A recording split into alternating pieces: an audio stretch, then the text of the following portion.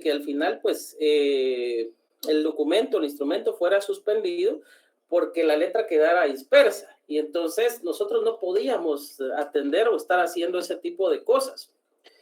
En ese sentido, en la actualidad, ya con la computadora nosotros podemos remarcar, poner eso en negrilla para que se entienda qué es lo que nosotros, o para que se diferencie qué es lo que nosotros estamos tratando de poner de relevante dentro del instrumento. ¿Cuál es la situación? Si nosotros tendemos a las mayúsculas, estamos abusando, y esto pugna con nuestra ortografía y con la redacción, los principios de redacción notarial. No es aconsejable realmente que estemos haciendo ese tipo de situaciones cuando se supone que tenemos los mecanismos en la computadora para poder remarcar sin necesidad de abusar de las mayúsculas.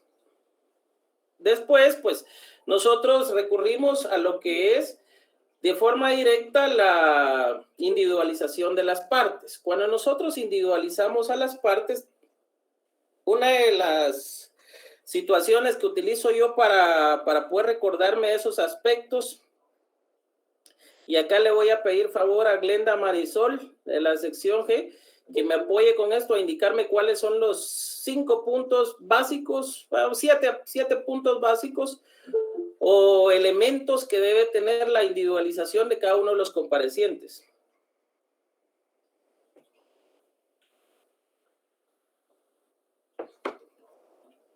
Glenda Marisol.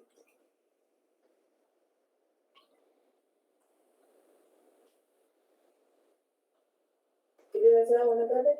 Buenas tardes, para que me apoye con eso, los 7 elementos básicos para individualizar a alguno de los comparecientes. Nombre completo.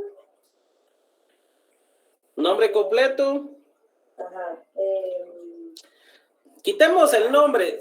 Recuérdense de este aspecto básico. Primer compareciente, ¿cómo les dije que se iba a llamar? ¿Se recuerdan de Blancanieves? ¿Quién no ha escuchado del cuento de Blancanieves? Blancanieves. Blancanieves, ¿y cuántos enanos tenía Blancanieves?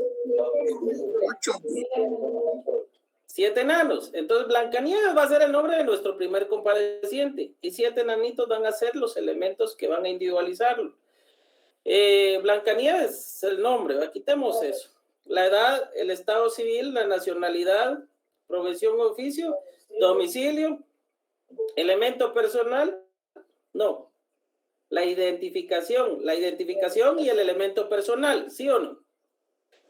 Atendiendo a esos aspectos, cuando nosotros individualizamos a alguien, como pueden darse cuenta ustedes, la edad descrita en años, no vayan a cometer ustedes el error en la práctica de consignar mayor de edad, porque la mayoría de edad no es la edad, es únicamente un aspecto que resalta la personalidad, es decir, si va a tener la capacidad de goce o la capacidad de ejercicio, pero no dentro de un documento consignar mayor de edad, porque inclusive les puedo indicar, pueden haber menores de edad que puedan comparecer en un instrumento, únicamente para la recepción de derechos.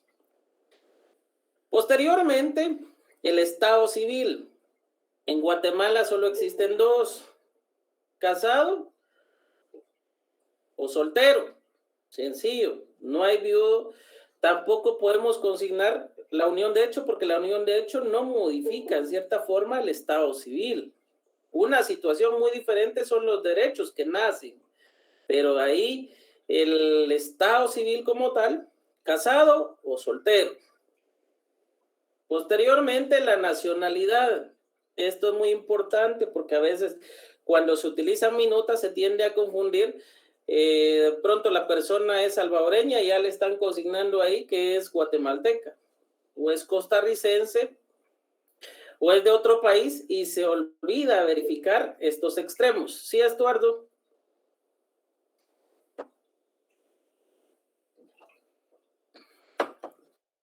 Estuardo, ¿sí? Buenas tardes. Una pregunta, tema de lo que usted hablaba sobre la unión de hecho. Realmente en el DPI, ¿cómo se debería consignar? Pero al final de cuentas solo va a ser cómo generar otros derechos como Ok, veámoslo de forma diferente. Una cuestión es en el DPI, porque si ustedes se dan cuenta, le pregunto, Estuardo, ¿usted ha tenido en sus manos un documento personal de identificación de una persona unida de hecho?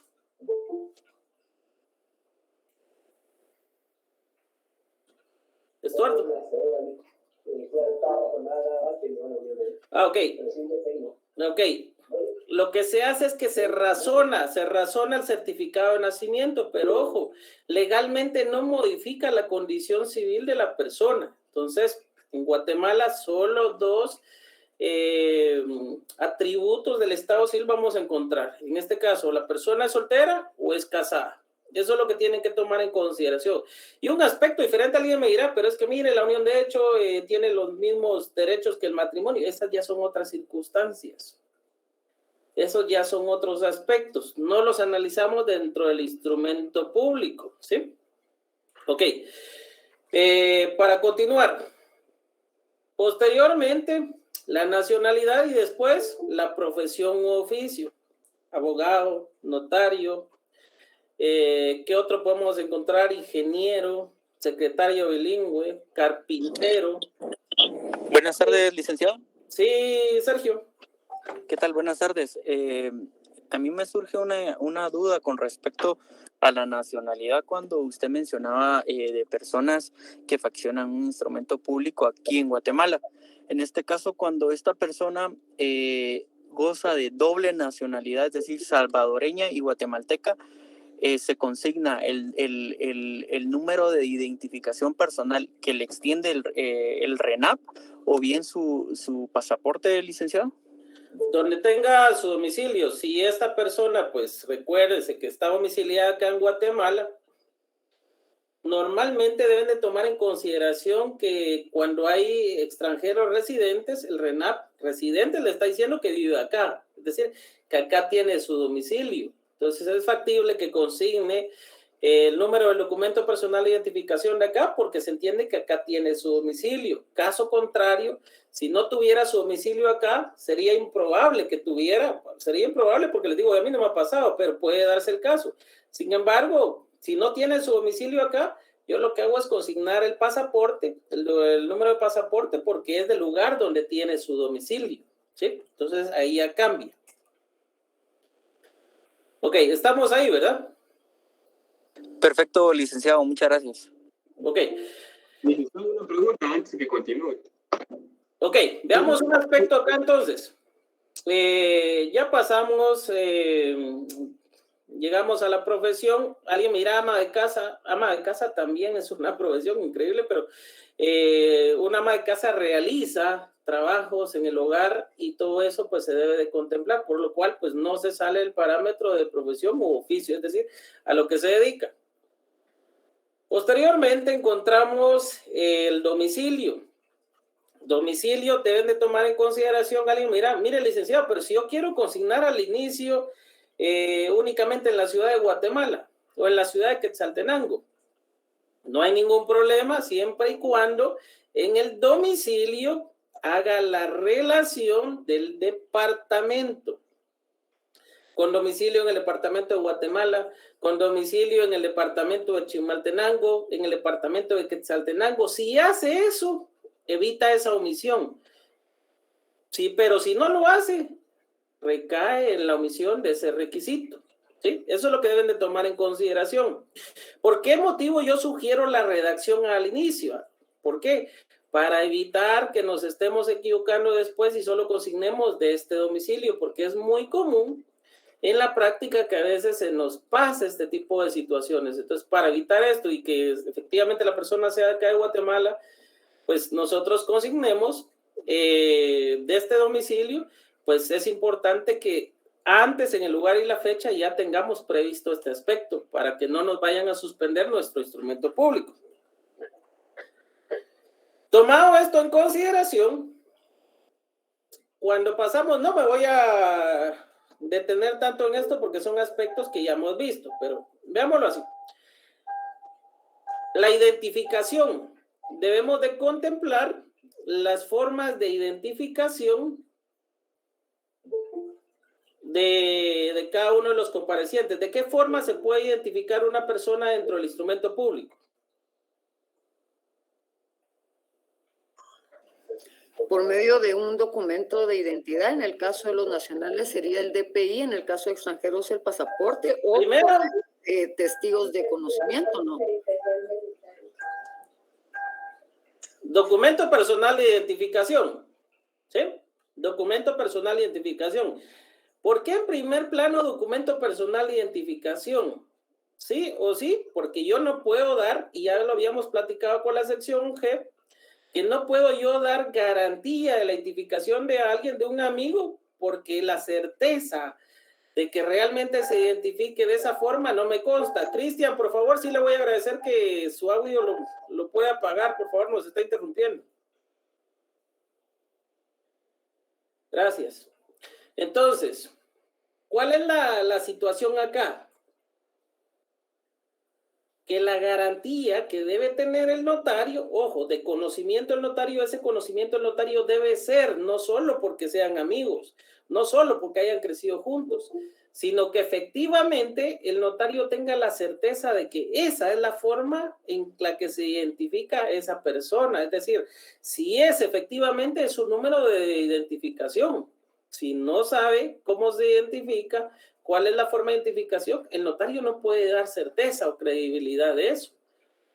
Por lo tanto, la misma función notarial le obliga a abstenerse, a identificar a esa persona como corresponde por medio de su documento personal de identificación. ¿Sí? Esto es lo que deben de tomar ustedes en consideración.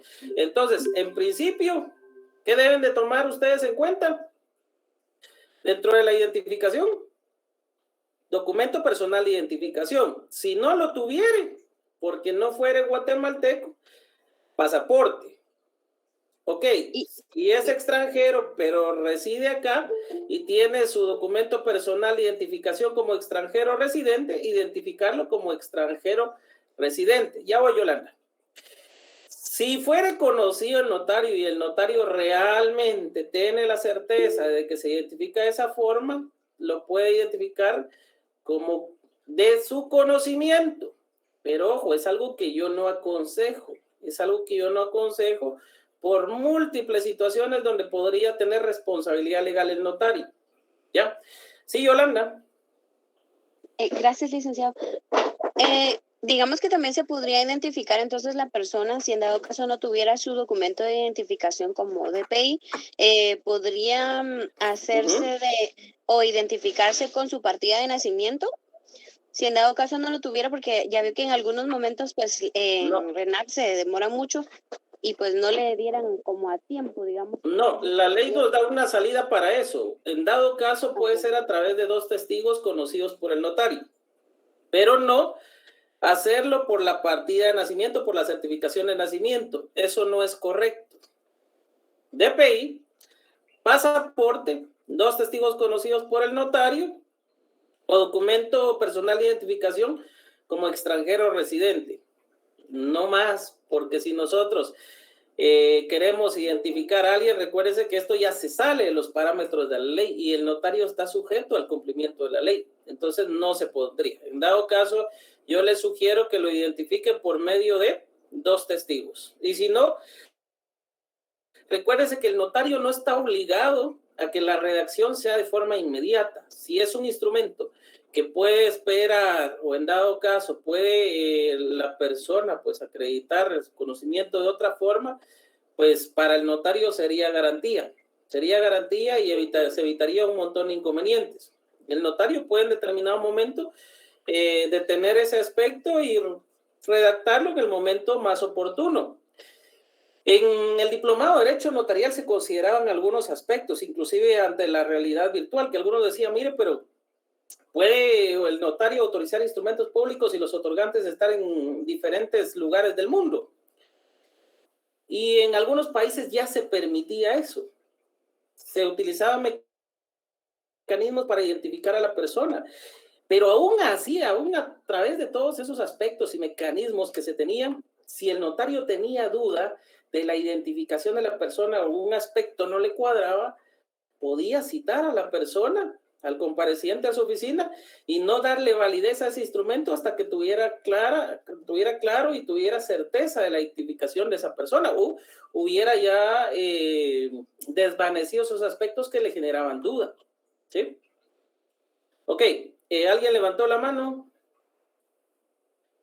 ¿No? Buenas tardes, licenciado. Una consultita. Dígame. En este caso, a los testigos tengo que individualizarlos también, ¿pueden ustedes o ser personas de conocimiento? Los testigos tienen que reunir cierta calidad, pero no hace falta que los individualicen. Imagínense un instrumento donde se individualice a todos los testigos que puedan haber.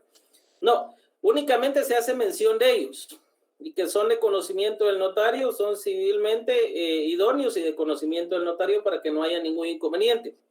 Yo les sugiero, porque es muy común a veces esto, yo les sugiero que tengan a la mano su ley.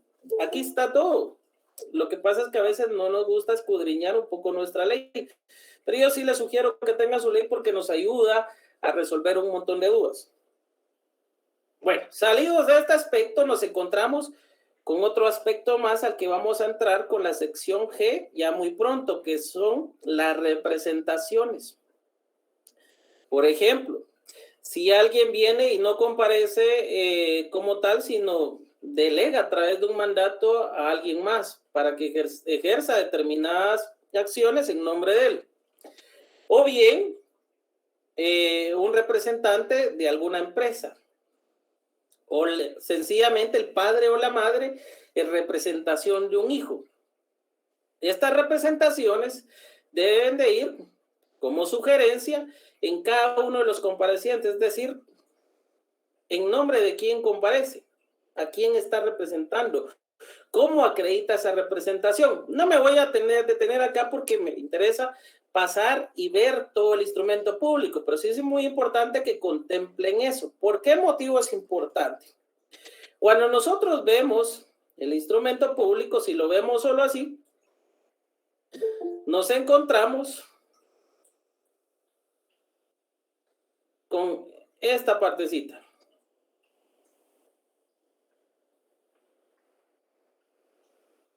Vamos a ponerle este color. Nos encontramos con esto. ¿Qué debemos de tomar en consideración ahí? Si hay representación, el notario debe dar fe.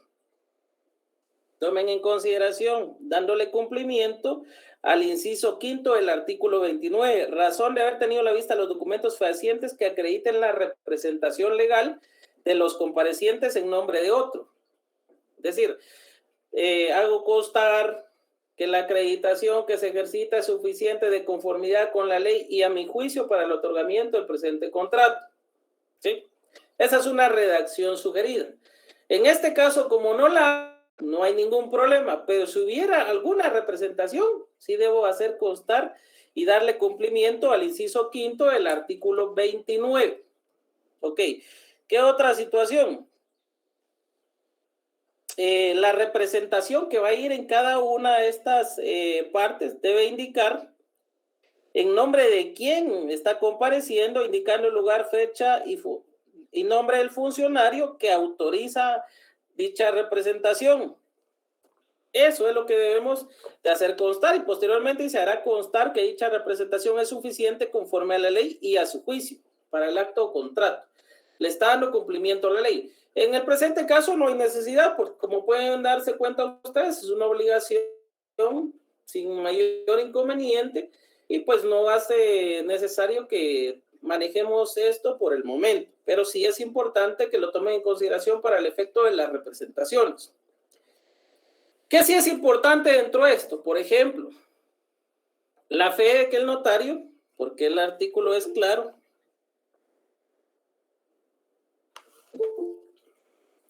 Cuando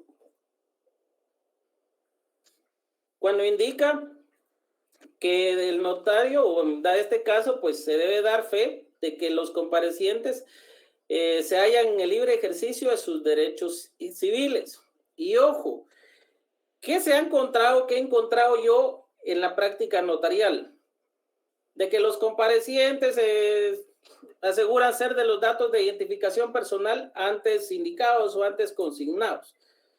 Pues no está mal, esto podría ser algo para respaldar al notario, por si tuviera duda, aún así que imagínense ustedes que el DPI estuviera quebrado o tuviera alguna situación, pues que le causara cierta incerteza a juicio del notario.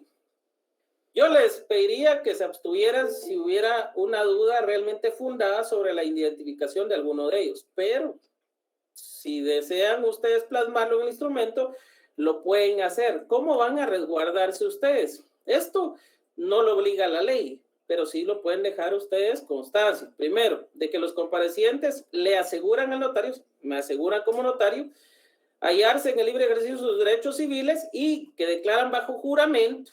Yo hago una declaración ahí bajo juramento y estoy indicando que ellos me aseguran ser de los datos de identificación anteriormente consignados. Y después nos vamos al objeto.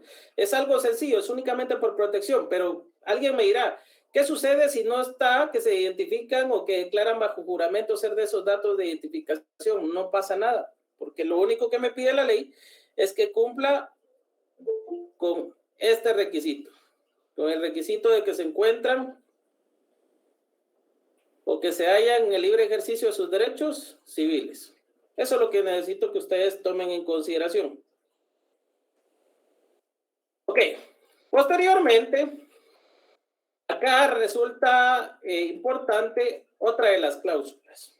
La primera, yo ya les decía a todos que tomo en consideración una estructura básica en todo contrato, sobre todo los traslativos de dominio. Los traslativos de dominio van a tener una estructura similar. Normalmente yo la voy a considerar como ASPA, antecedentes, saneamiento, precio y aceptación, o si ustedes lo quieren considerar de otra forma, APSA. ¿Cuál es la forma más certera o más acertada por orden notarial y por técnica notarial? APSA. ¿Por qué motivo? Porque tienen ustedes los antecedentes, el precio, ya pactaron sobre el precio, el saneamiento y la aceptación. Sin embargo, pues yo he visto redacciones con la primera forma y no han tenido ningún inconveniente, pero sí es importante entender cuáles son estos presupuestos que nominan a cada una de estas cláusulas. Dentro de los antecedentes, en un contrato de compra-venta, vamos a encontrar que vamos a tener la relación clara y concisa de la acreditación del derecho de propiedad. Y aquí nos encontramos con obviamente, el vendedor, quien legitima su derecho de propiedad. ¿Qué variaciones vamos a encontrar para ello?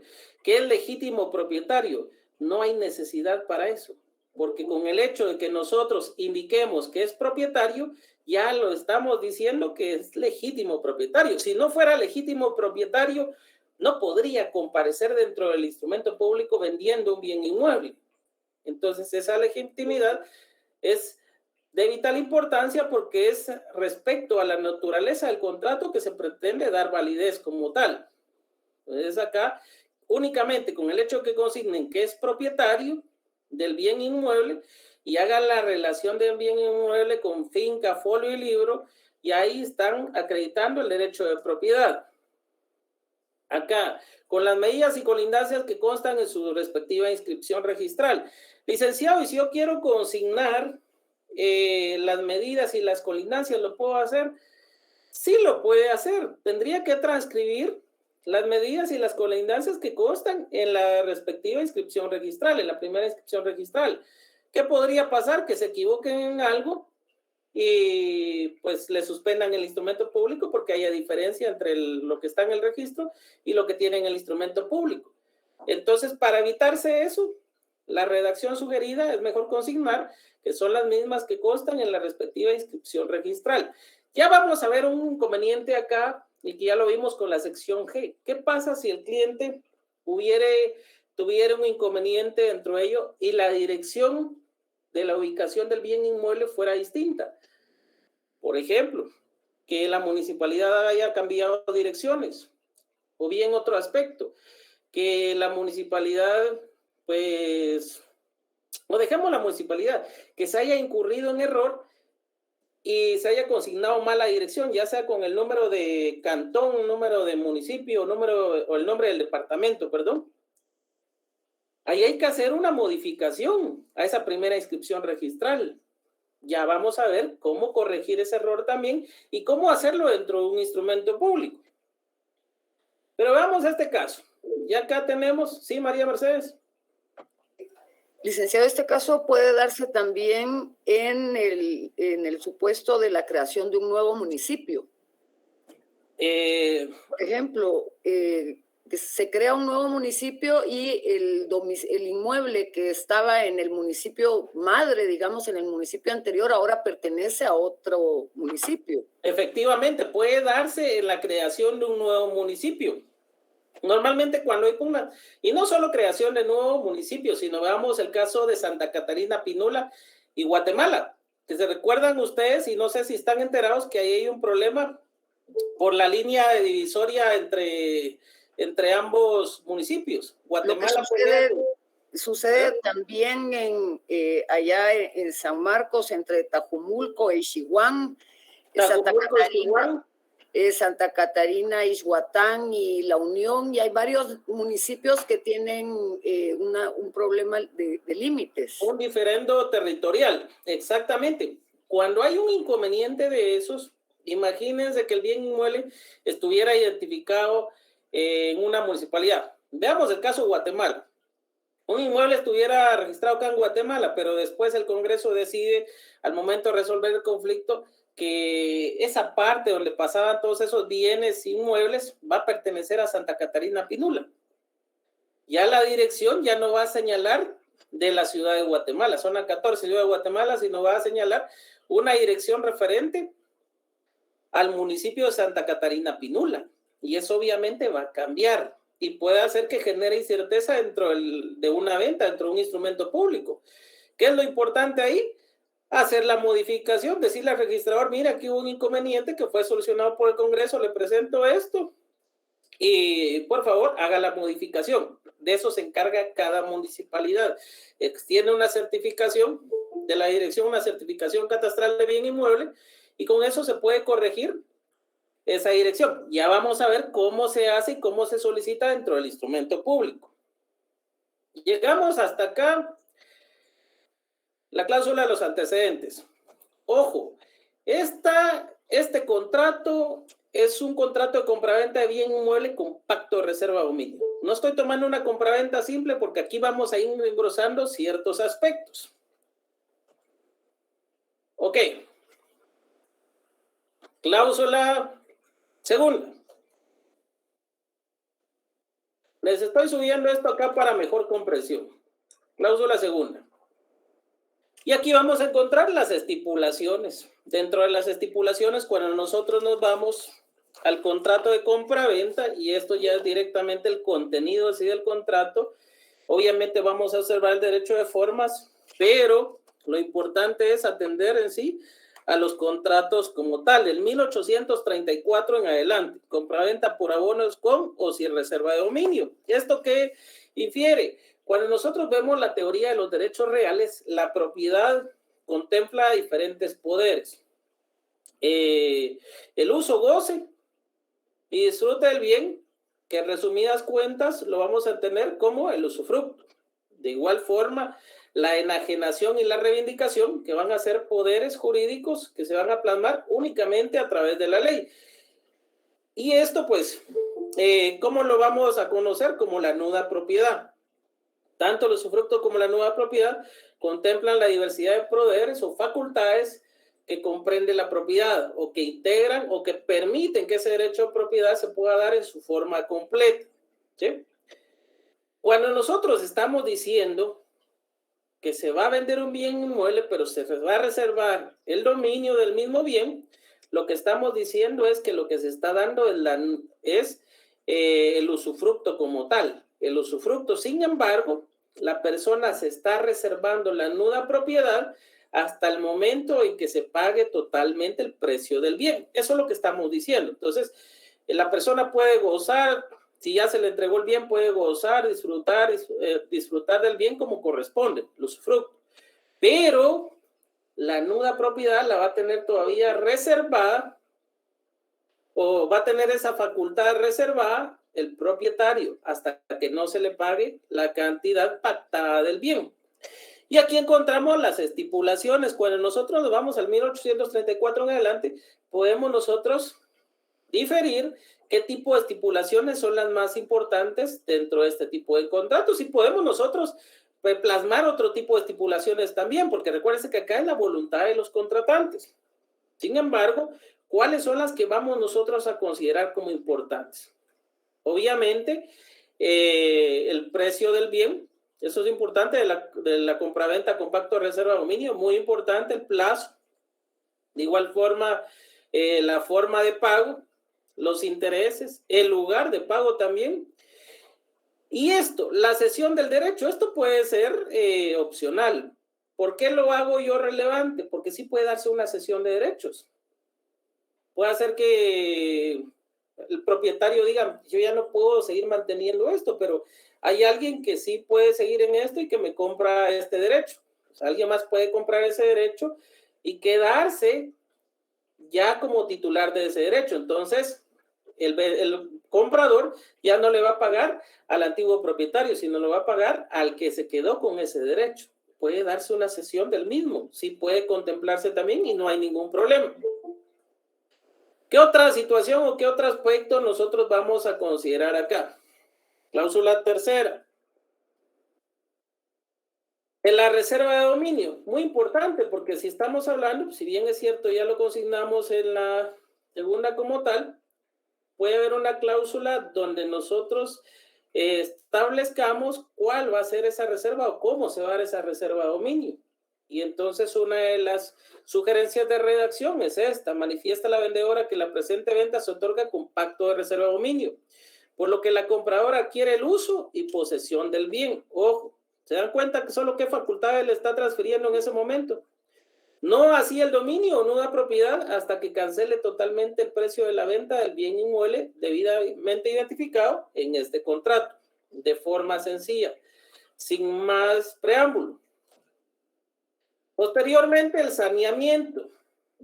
Yo tengo una discusión referente a este tema. ¿Por qué?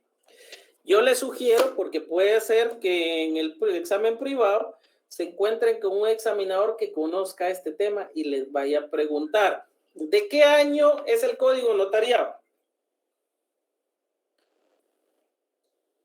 Jóvenes, ¿de qué año es el código notariado? 1947, ¿sí? 1947. ¿De qué año es el Código Civil? Jóvenes, ¿de qué año es el Código Civil? El Código de Notariado, licenciado, fue creado el 30 de noviembre del 1946 y fue ya puesto en... ¿Cómo se llama? Y ya después fue Entró en vigencia en 1947. El 1 de enero del 1947. 1 de enero de 1947. Código notariado. Ahora vean. Del Código Civil es el del día 14 de septiembre del 1963. Entra en vigencia en 1964. Pongámonos en el detalle de la vigencia de cada uno. Código notariado 1947, Código Civil 1964. Es decir, el más reciente, la ley más reciente es el Código Civil. ¿Qué es lo que sucede? ¿Cuáles son las formas por las cuales se derogan las leyes? Una ley puede derogar total o parcialmente el contenido de un artículo o toda la norma jurídica. O bien, una norma posterior que regule el mismo contenido va a derogar esa norma, ¿sí o no?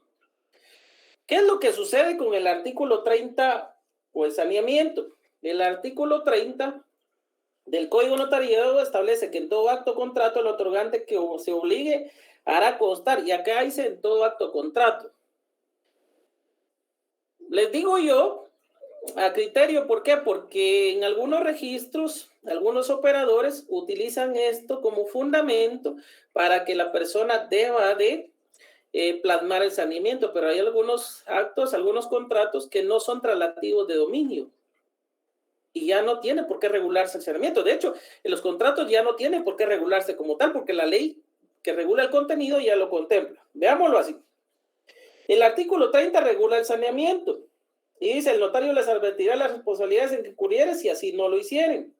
Pero ojo, cuando nos vamos al Código Civil, el artículo 1543, si ustedes pueden ubicar el 1543, y si quieren, en el 30 anoten el 1543 y en el 1543 el artículo 30, y si quieren ustedes pónganle una calaverita ahí, y van a encontrar que el enajenante está sujeto al saneamiento por evicción o por vicios ocultos en todo contrato oneroso en que se transfiere la propiedad, la posesión, el uso, goce o disfrute de una cosa. En los contratos gratuitos no está el saneamiento, es decir, en una donación, recuérdense que cuando es a título gratuito, el donante no está sujeto al saneamiento, y sin embargo, criterio de algunos registros o algunos operadores es que existe el saneamiento, pero la ley es clara al indicar en la donación que el saneamiento le corresponde al donatario, más no al donante. ¿Ven qué confusión y qué contrariedad puede darse cuando no se atiende a la ley? Por eso es importante. El artículo 30 ya se encuentra derogado porque una norma posterior acogió el contenido de este artículo. Entonces no puede obligarse básicamente a las personas, o no puede constar esto en el contrato porque ya hay una norma posterior que regula lo concerniente al saneamiento. Y la redacción sugerida, pues, porque si no lo hacen así, le suspenden el instrumento público y ya no se lo operan, pues es importante que ustedes la conozcan. Una de las redacciones que yo sugiero es esta: que sobre el bien inmueble escrito en la cláusula primera no pesan anotaciones, limitaciones o gravámenes que puedan afectar los derechos de la compradora, por lo que el notario le advierte las responsabilidades legales en que incurriera si lo declarado no fuera cierto. Artículo 30, y están cumpliendo con la ley. Aunque, tal como ya les he dicho, pues esto a juicio de su servidor ya se encuentra derogado, entonces no tendría por qué estarse discutiendo referente a este aspecto. Y nos vamos a una cláusula sexta. ¿Qué sucede cuando a solicitud de los requirientes han medido el bien inmueble y dice: mire, la construcción tiene tanto, pues aquí hay también una construcción posterior y ya aquí están los planos, y de pronto se les ocurre a ellos decir: miren, nosotros queremos que los planos estén protocolizados, que nos protocolice también los planos. Algunos notarios proceden a hacerlo en otro instrumento aparte, hacer un acta de protocolización. Pero hay dos formas, para que ustedes lo comprendan, dos formas de protocolizar instrumentos en el protocolo, ya sea en el mismo instrumento público donde es necesario o en un acta de protocolización. ¿Cómo se hace? La acta de protocolización, ustedes ya la van a manejar y no hay ningún problema. Pero acá, esto para muchos es nuevo.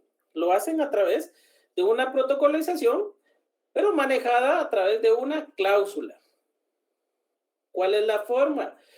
La misma que si estuvieran ustedes utilizando el acta de protocolización, solo que acaban a redactar el contenido.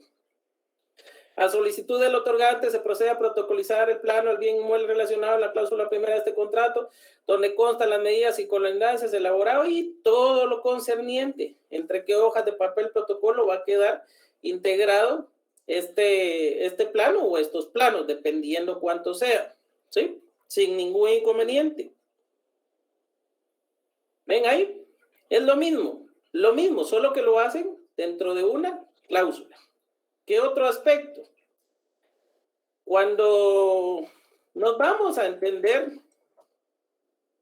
los detalles de un contrato, podemos encontrarnos con clientes que nos dicen: sí, mire, licenciado, pero fíjese que La verdad es que yo quiero poner ciertas condiciones para poder ver que se lleva a cabo este contrato, porque yo realmente sí quiero que cuide el bien inmueble.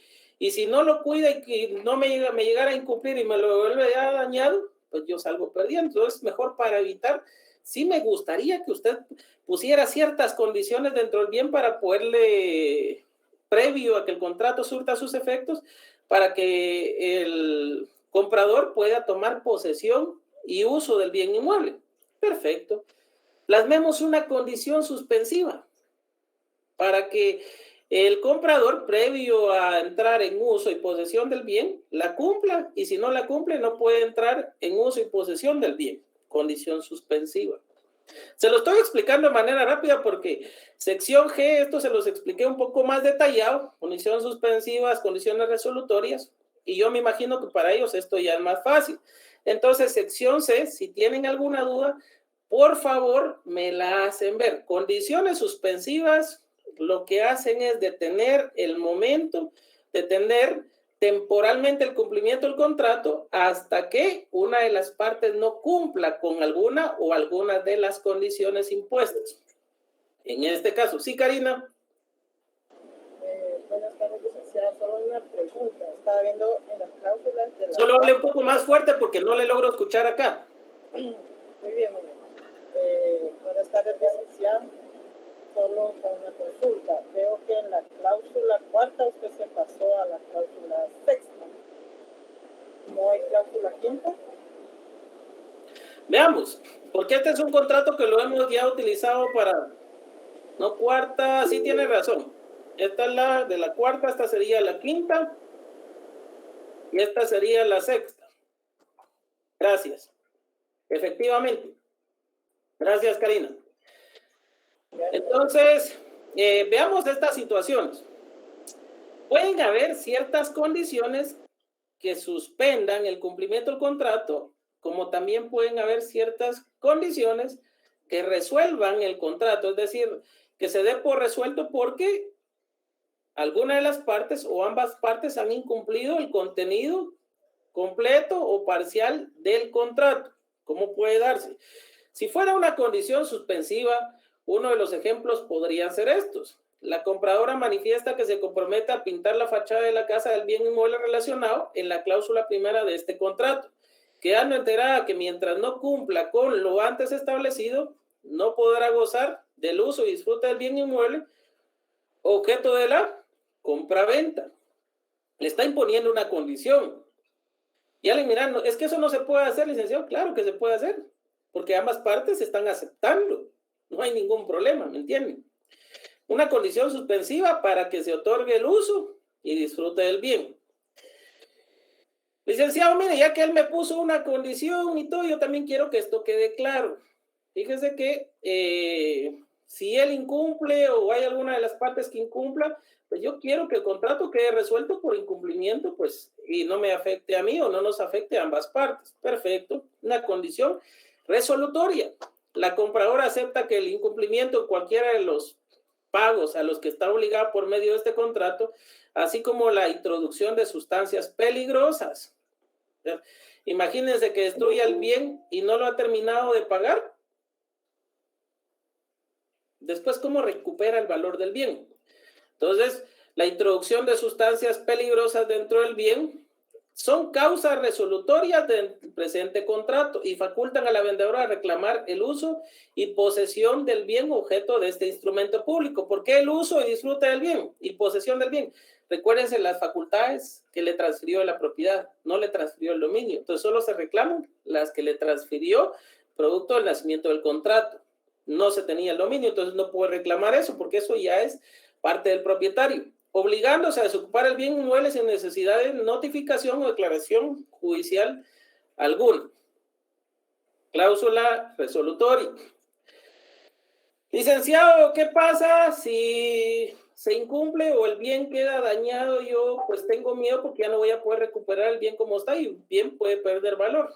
Establezcamos una cláusula de daños y perjuicios. Y ojo, cuando nosotros nos vamos pensando ya de forma judicial, como abogados, nos dirigimos a juzgados para plantear una demanda, debemos de tomar en consideración que si solicitamos el pago de daños y perjuicios a favor de nuestros clientes, debemos de probar esos daños y perjuicios.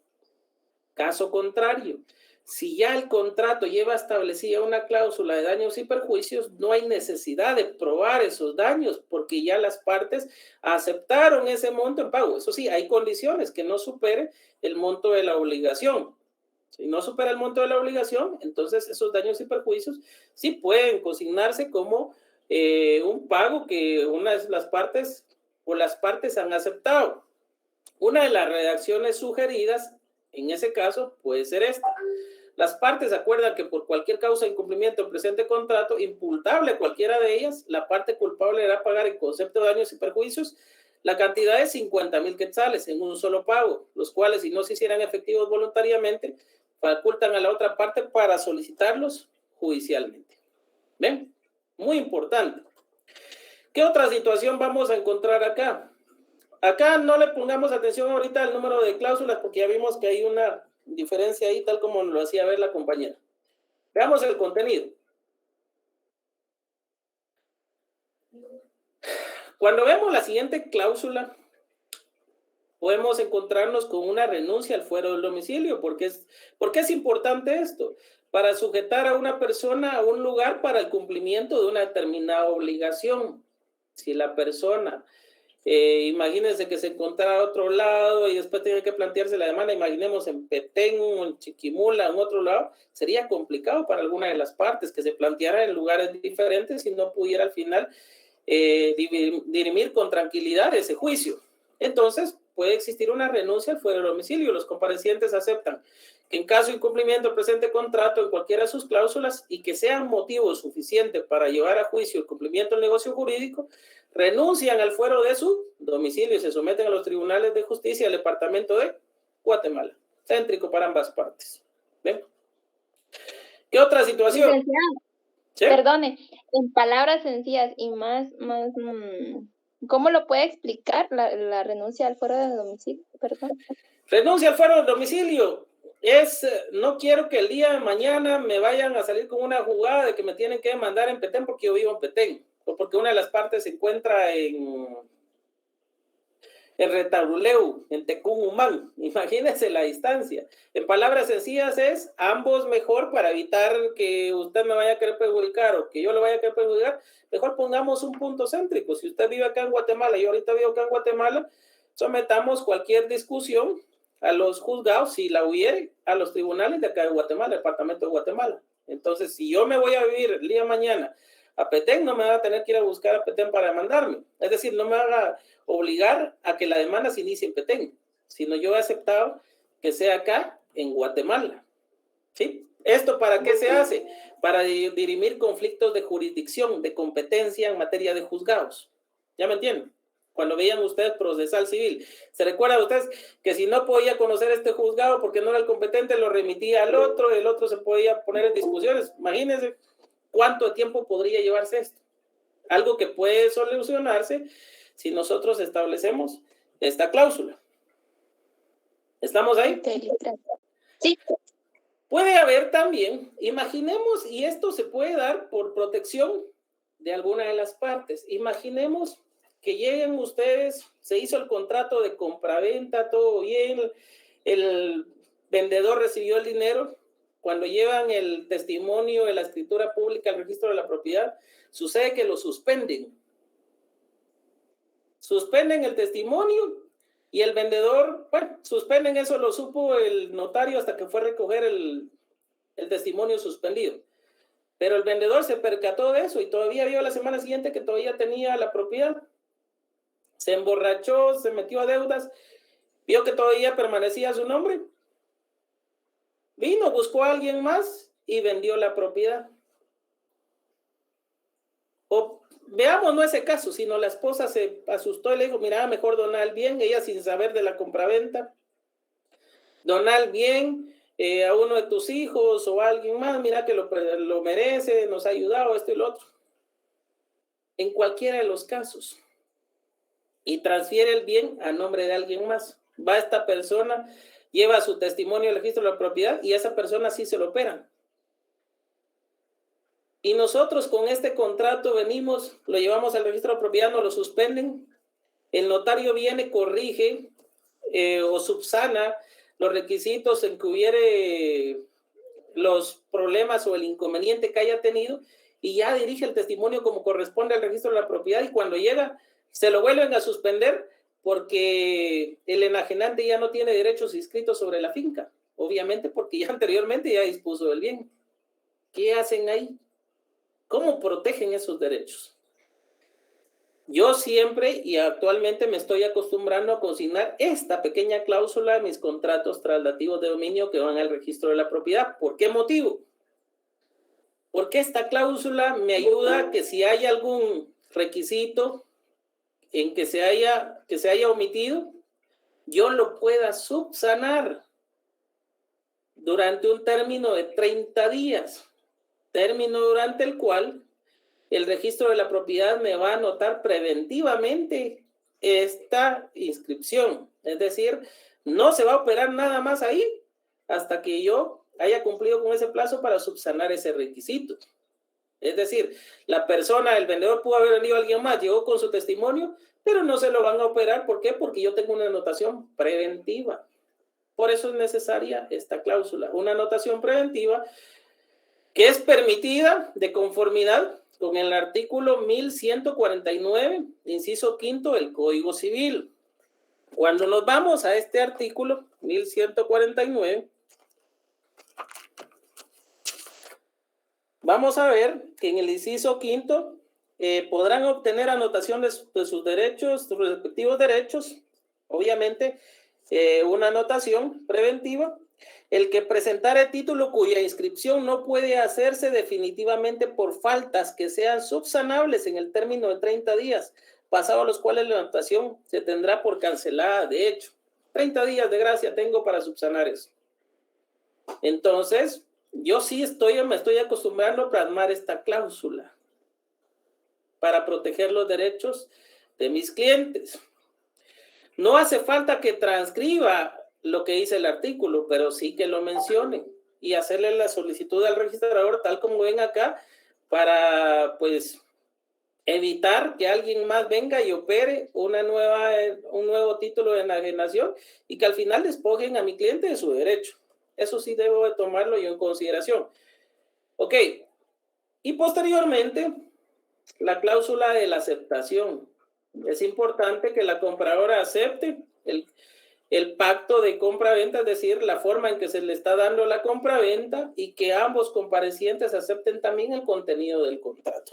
Y posteriormente nos encontramos con el cierre. Dentro del cierre, ¿qué es lo que debemos o qué aspectos debo de mencionar yo acá? Que tuvo a la vista los documentos personales de identificación, pero más importante, el título con el cual acreditó el derecho de propiedad y de qué forma consistía. Si no lo hice ver, pues en qué forma consistía ese título mediante el cual se acreditó el derecho de propiedad. ¿Qué otra?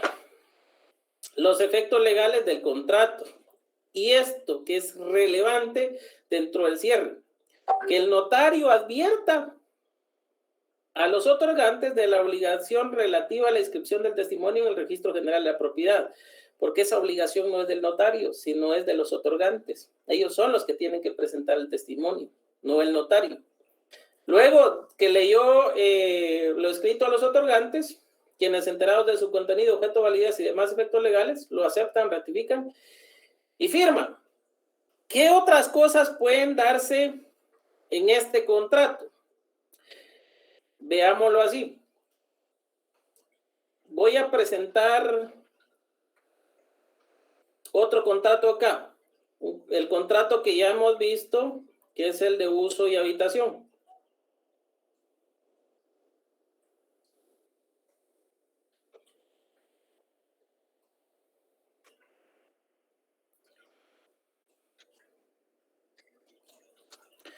Ok.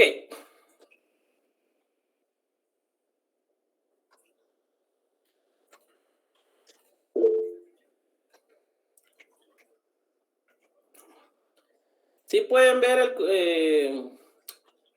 sí pueden ver el contrato que está ahí, ¿verdad? El caso hipotético. Sí. Sí se mira un poco pequeño, si lo pudiera ampliar se lo agradecería yo encarecidamente. Con gusto. Muchas gracias, licenciado. Este es el caso hipotético. ¿Qué es lo que tenemos que tomar en consideración acá? Bueno, primero acá estoy estableciendo yo al final un contrato de uso y habitación. ¿Qué situaciones podemos considerar de este contrato? Perdón, si se pueden dar cuenta acá, yo identifiqué a las personas de la misma forma. ¿Qué es lo que quizás no lleva acá? El elemento personal. Pero de ahí todo va para identificar a las partes, los antecedentes. Tal como pueden ver ustedes acá, yo lo que aclaro acá es el derecho de propiedad. ¿Sí? Cláusula primera. Cláusula segunda.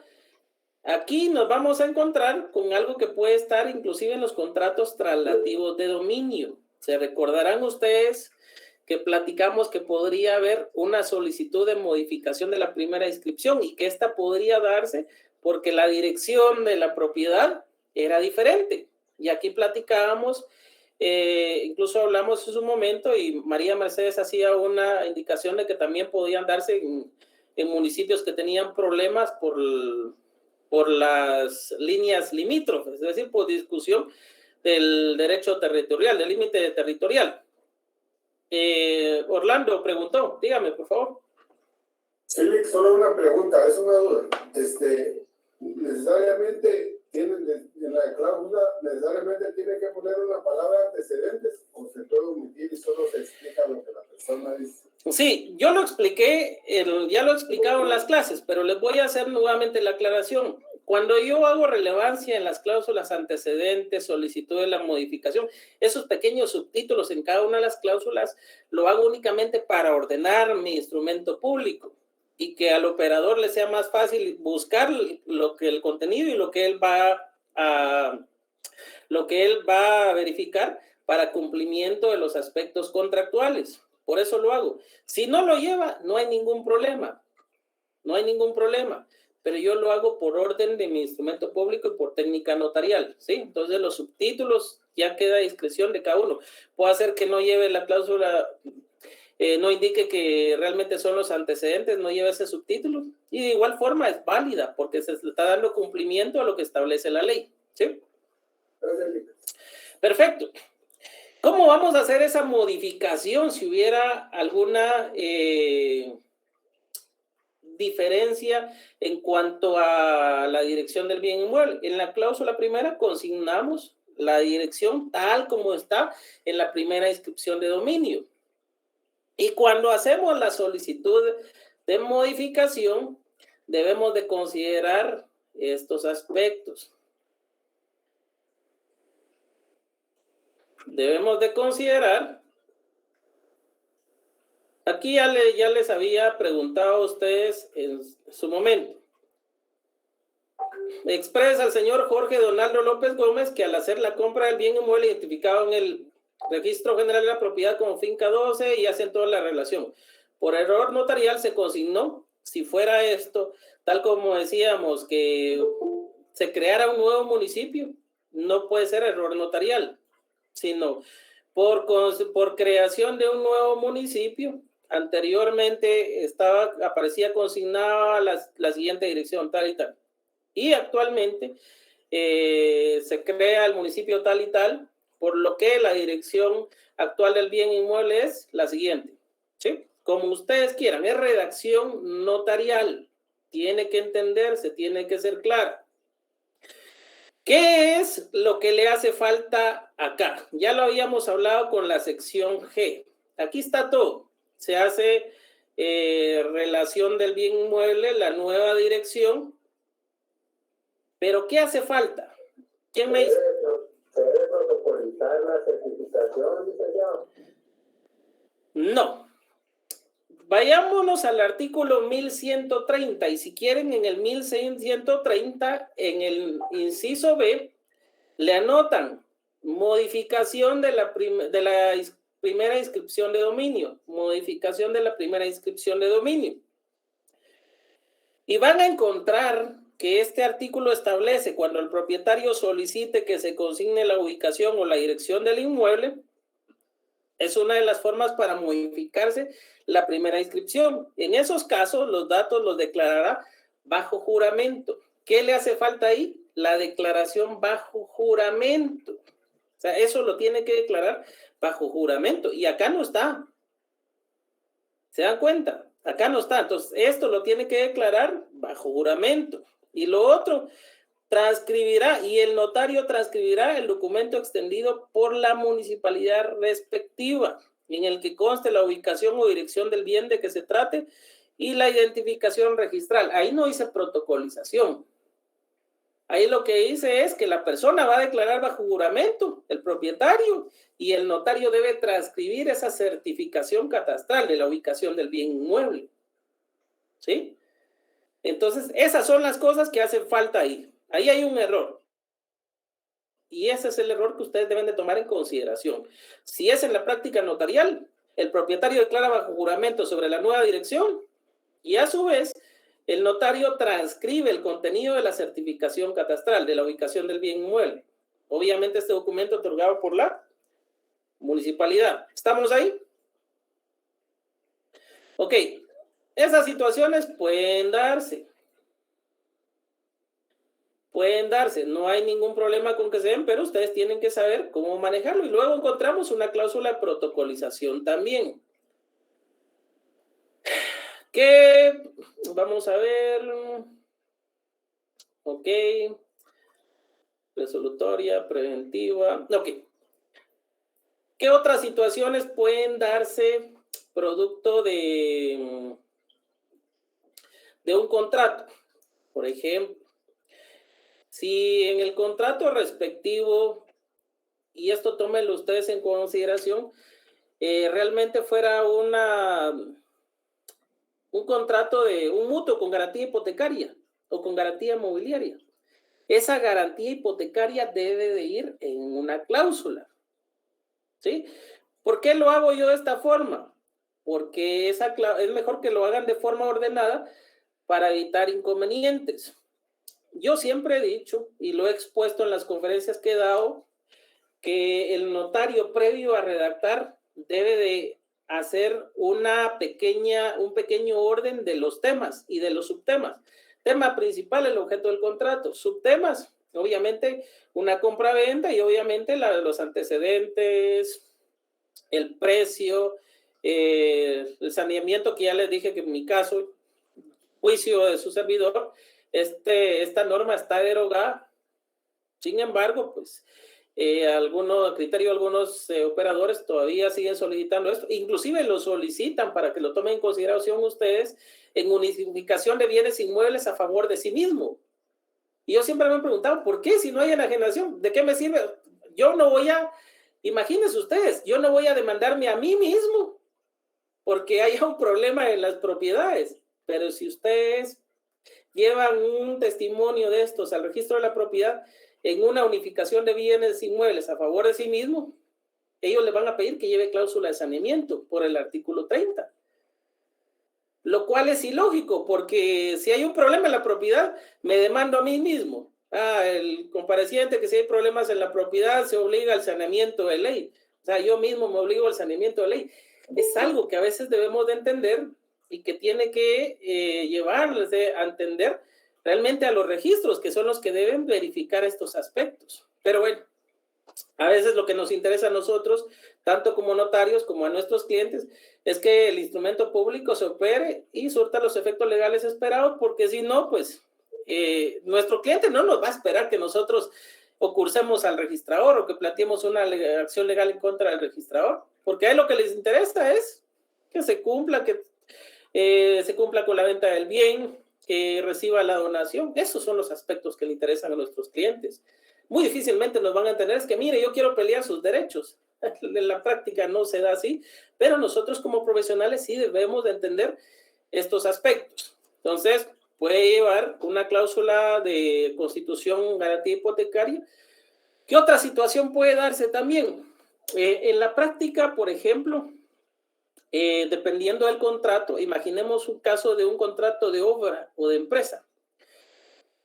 No solo puede llevar la cláusula indemnizatoria, sino también, veámoslo así, puede hacer que lleve una cláusula que sujete a la persona al cumplimiento de una obligación, no en un departamento, sino en determinado lugar. Es decir, la dirección, que no se cambie la ubicación, determinados aspectos diferentes, pero que ya son producto de la voluntad de las partes. Con esto no les quiero decir que ahí termina todo el clausulado, puede haber más dependiendo de la necesidad de los clientes, pero estas son las circunstancias básicas con las cuales se puede encontrar afuera y que les va a ayudar a resolver muchos problemas y que va a evitar que les dé miedo el derecho notarial. Obviamente, cumplimiento de los requisitos previos y posteriores que en determinado momento van a ver. Yo infiero que derecho notarial 1 y 2 ya lo tuvieron que haber visto, pero si no, pues en algún momento vamos a hacer un repaso. Estoy viendo si lo podemos transmitir por Facebook y que lo puedan ver, pero es importante que estos aspectos sí los comprendan. Para los de la sección G ya tienen estos contratos y ya le han ido haciendo modificaciones de conformidad con las cláusulas que hemos realizado. Con la sección C voy a ver si lo sintetizo y se lo remito a su catedrática, a la licenciada Juitoriza, para que se los pueda hacerle llegar y ustedes analicen ese contrato. Les va a servir para la práctica notarial y créanme, tal como yo les decía, no lo van a encontrar en muchos libros. Esto solo es práctica notarial y ya es práctica notarial avanzada. O lo van a ver en una maestría o lo van a ver en un doctorado, pero difícilmente lo van a encontrar en la licenciatura. Entonces, hay que aprovechar estos conocimientos. Juan Argueta, ¿tiene alguna duda ahí que tiene levantada la mano? Sí, licenciado, buenas noches. Bueno. Mi pregunta es si una finca, por ejemplo, está hipotecada, ¿es posible que el propietario pueda vender a través? Con la hipoteca, sí, vean, con la hipoteca sucede algo diferente, porque una hipoteca a favor de un particular o a favor de un banco, eso tienen que separarlo ustedes. Los derechos reales en Guatemala son números cláusulos, no números apertos. Debemos sujetarnos a lo que establece la ley. En el caso de la hipoteca, sin embargo, por ejemplo, la hipoteca impregna sus propias facultades. La hipoteca no despoja al propietario de su uso, goce y disfrute, incluso del dominio y la reivindicación del bien. Esas son las facultades de manera genérica. Pero en Guatemala, esas facultades van a permanecer para el propietario con todas sus facultades, siempre y cuando la hipoteca esté a favor de un particular. Es decir, el propietario puede vender el bien, que de todas maneras, siempre y cuando el comprador pues acepte que ese bien tenga hipoteca, ¿va? Porque si no se somete al saneamiento de ley. Pero ojo, lo puede hacer sin necesidad de que lo autorice el acreedor particular. Pero en caso de los bancos funciona de manera diferente. Si fuera un banco, el acreedor debe solicitar la autorización del banco para que pueda realmente disponer del bien. Si no, no lo puede hacer. Ahí hay una limitación al derecho de propiedad. Para mí, el banco, con su garantía hipotecaria, ya tiene sus propias facultades. Igual si la persona lo vende y no paga, el banco ejecuta la garantía y recupera el bien, no importando a nombre de quién esté. Pero el banco se está involucrando dentro de las facultades del derecho de propiedad. Imagínense que la persona lo quisiera vender porque le pagan mejor y con eso pagar la hipoteca. Pero al no permitirlo y al meditar el requerimiento de ellos, realmente limita las facultades del derecho de propiedad. Y ahí crea un derecho real diferente, con beneficio para una sola de las partes. Yo difiero con ese derecho. Para mí esa facultad sí se la deberían de quitar a los bancos. No debería estar dentro de esa garantía hipotecaria a favor del banco, ¿sí? Esa es consideración particular de su servidor. Entonces, si fuera particular, sí lo puede hacer. Si es un banco, va a necesitar la autorización del banco. Si no, cuando llegue al registro de la propiedad, se lo van a limitar y le van a suspender el testimonio. Ok. ¿Qué otra situación podría darse? En el caso de las ventas, ¿puede venderse un derecho de usufructo? ¿Puede enajenarse un derecho de usufructo? Sí puede hacerse. Pero eso sí, imagínense los contratos celebrados con alguien que solo tenga el usufructo. Si es un usufructo temporal o vitalicio, todos los contratos que haya suscrito el usufructuario van a terminar al momento que éste fallezca o termine el plazo para el cual ha sido considerado el usufructo. Entonces alguien vino y me dio un crédito por ese usufructo y falleció el usufructuario, sencillamente terminó el contrato y tendrá que buscar otra forma de recuperar el crédito. ¿Ya? Son cuestiones que deben de considerar. Compraventa de derechos posesorios. No hay una compraventa como tal. El término correcto es cesión de derechos posesorios, o si fueran derechos hereditarios, cesión de derechos posesorios o cesión de derechos hereditarios, ya sea a título oneroso o a título gratuito, porque al no tener la legitimidad de la propiedad, no se puede vender algo que no se tiene. Solo se pueden ceder los derechos. Pero ojo, esto va a tener diferentes situaciones que pueden poner en riesgo el que va a adquirir esos derechos, los derechos del que los va a adquirir, valga la redundancia. Entonces, los términos correctos en estos casos siempre van a ser cesión de derechos posesorios o cesión de derechos hereditarios. Si es a título oneroso es porque le van a pagar, es como que si fuera la compraventa, pero siendo el término correcto, cesión. Y si fuera a título gratuito es como que si fuera la donación, solo que el término correcto es cesión de derechos, ya sea posesorios o hereditarios, a título gratuito, porque no se va a pagar nada. ¿Bien? Y estos se van a cumplir o van a cumplir los presupuestos legales esperados si al final, por ejemplo, se titulara el bien, o al final, si fueran derechos hereditarios en la Junta de Herederos, la persona, pues, que se diera esos derechos, pues realmente resultare heredero del bien y con todas las preeminencias y tal como se estableció en el contrato, ¿verdad? Damos ahí una duda más y nos retiramos por la hora y los dejo entrar a su próxima clase. Yo espero que les haya ayudado ambas clases, sección G y C, esta unificación que acabo de hacer, porque lo vimos de forma separada, ahorita forma un poco más acelerada, pero ya espero que en su redacción les vaya a facilitar y cualquier duda, pues ya la vayamos dirimiendo en estos días. ¿Alguna duda? Licenciado, rapidito, fíjese que yo he tenido una duda y no sé por qué hasta ahora la planteo. Solo permítame, María, solo permítame. Estoy teniendo ahorita una duda de... ¿Quién me preguntaba acá en sección G? Sí, haga su pregunta, por favor, sección G. Buenas noches, licenciado. Una pequeña consulta respecto al prontuario. ¿Podemos iniciar desde la fecha de enero? Yo les sugiero que inicien el prontuario la fecha, se los acepto todavía septiembre.